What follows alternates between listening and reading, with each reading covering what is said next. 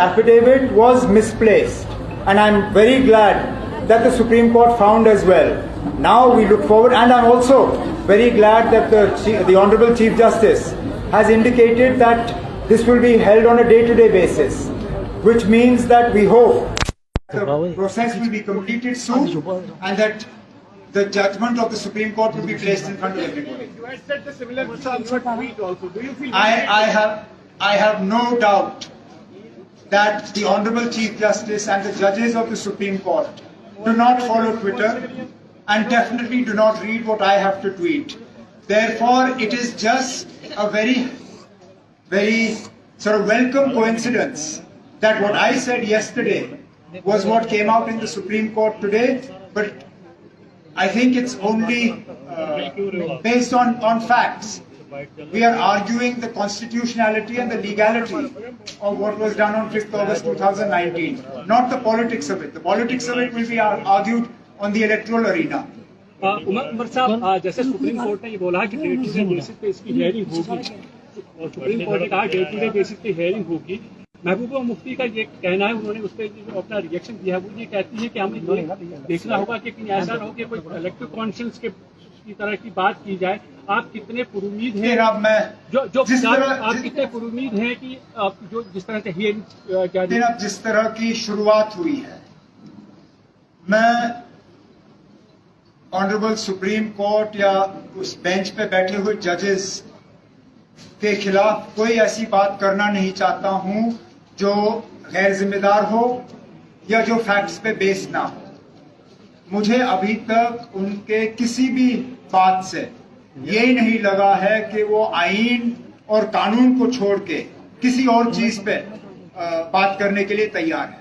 ये एक अच्छा मौका था, गवर्नमेंट ऑफ इंडिया का एफिडेविट था उनके सामने, उनको कोई मजबूरी नहीं थी। वो चाहते तो इस एफिडेविट को कबूल करके इसको भी बहस का मुद्दा बना लेते, नहीं किया। तो मुझे लगता है हम सबको इसका इस्तेमाल करना चाहिए और अब हमें खामोशी से इन हियरिंग्स का इंतजार करना चाहिए। जो होगा सुप्रीम कोर्ट के अंदर होगा, और जैसे मैं बार बार कहता आया हूं, मुझे लगता है कि हमारा केस जो है सबका एक मजबूत केस है और हम इंसाफ की उम्मीद करते हैं। उमर साहब, मेरे सवाल के अंदर मैंने ही कहा था, आपसे पूछा था कि आज आपके चेहरे पर अलग सी स्माइल दिख रही है कि सुरेंद्र चौधरी आपके साथ आके पार्टी को ज्वाइन किया, इसलिए आपकी ज्यादा खुशी थी कि भाजपा को छोड़कर ज्वाइन किया था।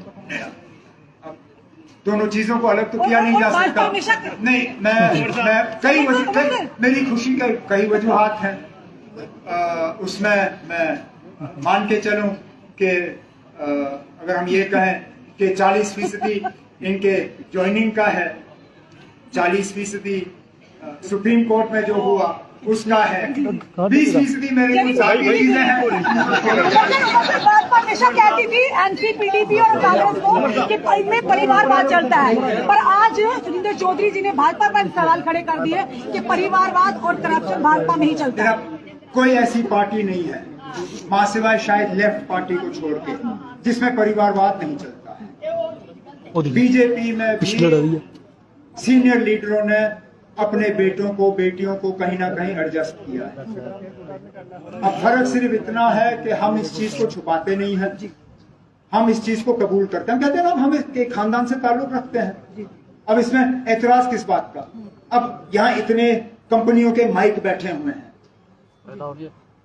क्या ये जो बड़े बड़े कंपनियों के मालिक हैं ये अपने बेटों को बेटियों को एडजस्ट नहीं करते? उन कंपनियों में करते हैं। फर्क सिर्फ इतना है कि हमें हर 5 साल के बाद अपने रिपोर्ट कार्ड पे लोगों का मोहर लगवाना पड़ता है।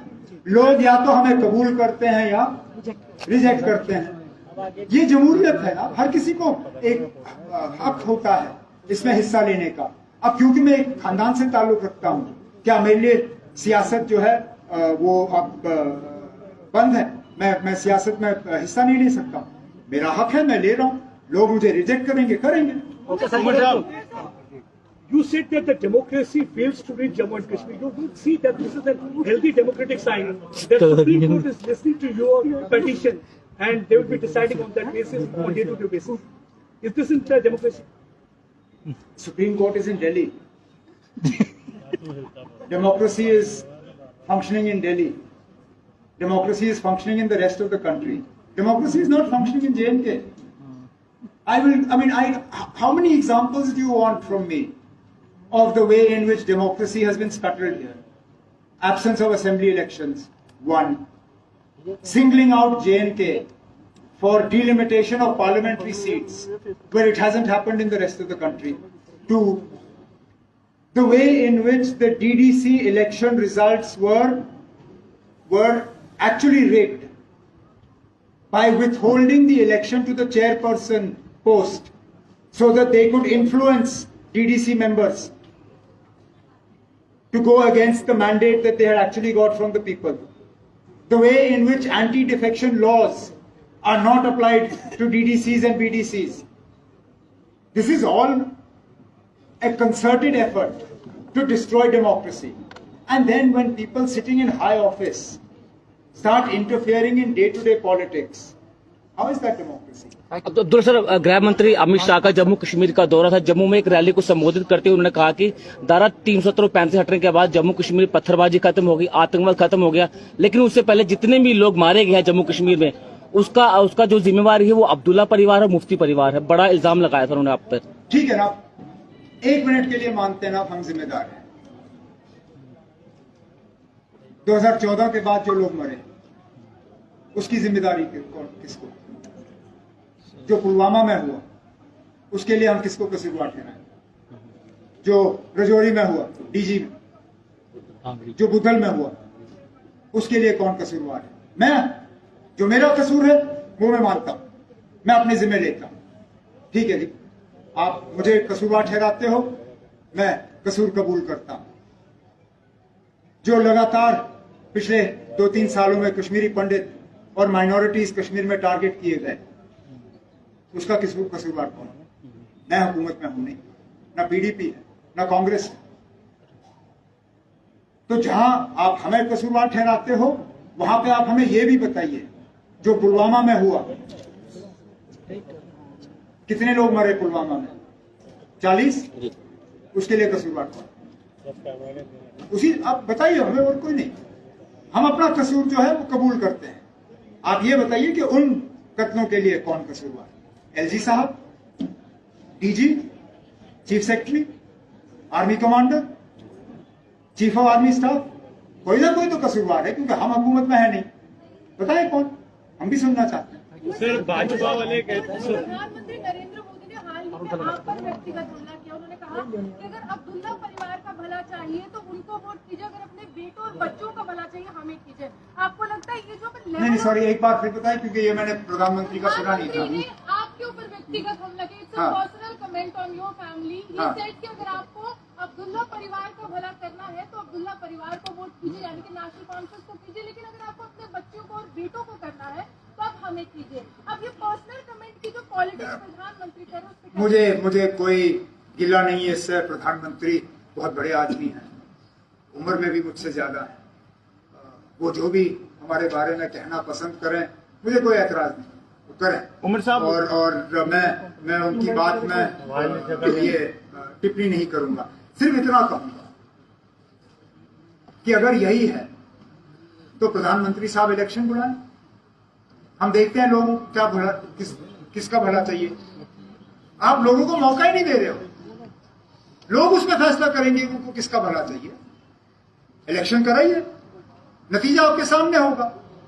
लोग नेशनल कॉन्फ्रेंस को पसंद करते हैं या नहीं करते हैं, लोगों को फैसला करने दीजिए। हम अपने आप को राजभवन के जरिए उन पर ठोस नहीं रहे हैं, हम मौका मांग रहे हैं। अच्छा, अब चलिए, आपने पार्लियामेंट के इलेक्शन कराने ही कराने हैं, पार्लियामेंट के साथ असेंबली का भी कराइए।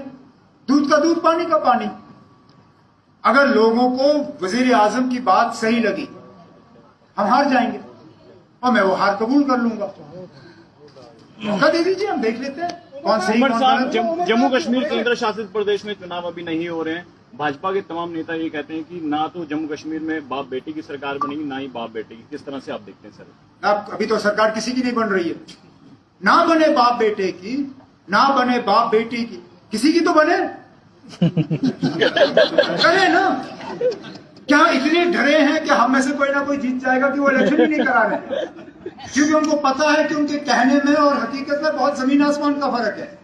मैं आज आपसे दावे से कह रहा हूं, अगर आज अभी इलेक्शन बुलाए जाते हैं, बीजेपी 10 नंबर क्रॉस नहीं करेगी। ये कहते हैं 50 पार।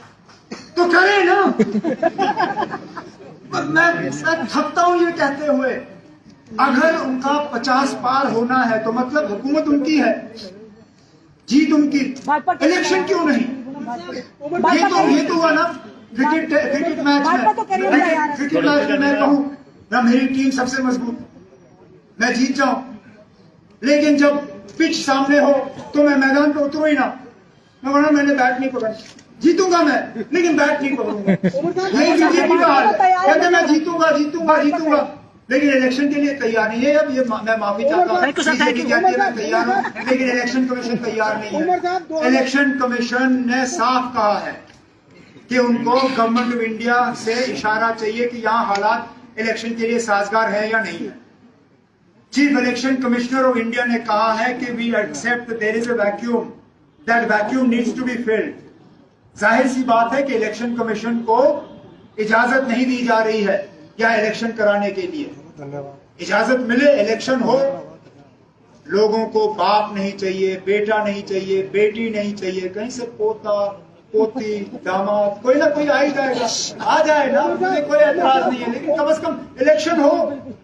शुक्रिया उमर साहब, thank you. Last one, Umar साहब 2024 को लेकर किस तरीके से विपक्ष हो रहा है? अभी 17-18 तारीख को बैंगलोर में भी मीटिंग हो रही है, आप और महबूबा जी भी उस विपक्ष देखना मैंने कभी महबूबा जी के लिए जवाब नहीं दिया, ना मैं इस बात को पसंद करूंगा कि वो मेरे लिए जवाब दे। नेशनल कॉन्फ्रेंस को वहां पे बुलाया गया, उस मीटिंग में जनाब फारूक अब्दुल्ला साहब ने कहा है कि हम उसमें शमूलियत करेंगे।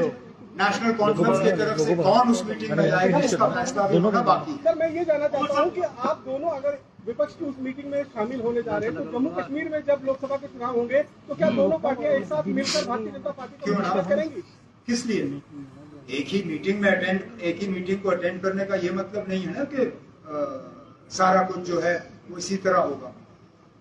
हम नेशनल लेवल पे बीजेपी का मुकाबला करने के लिए स्ट्रैटेजी बना रहे हैं। स्टेट लेवल पे उस स्ट्रैटेजी को किस तरह इंप्लीमेंट किया जाएगा वो अब हम पे छोड़ दीजिए, आगे देख लेंगे ना किस तरह का माहौल होगा, क्या करना होगा क्या नहीं करना होगा। लेकिन आप पहले से ही चाहते हो कि इलेक्शन का ब्यूगल बजा नहीं और हम आपके सामने अपनी पूरी स्ट्रैटेजी खोल दें, ये कोई जर्नली का कोई मतलब ये दिखता नहीं है। हम अपने जो कार्ड जो है बिल्कुल अपने छाती से दबाए रखेंगे, जब खोलने होंगे हम खोल के आपके सामने रखेंगे। Thank you.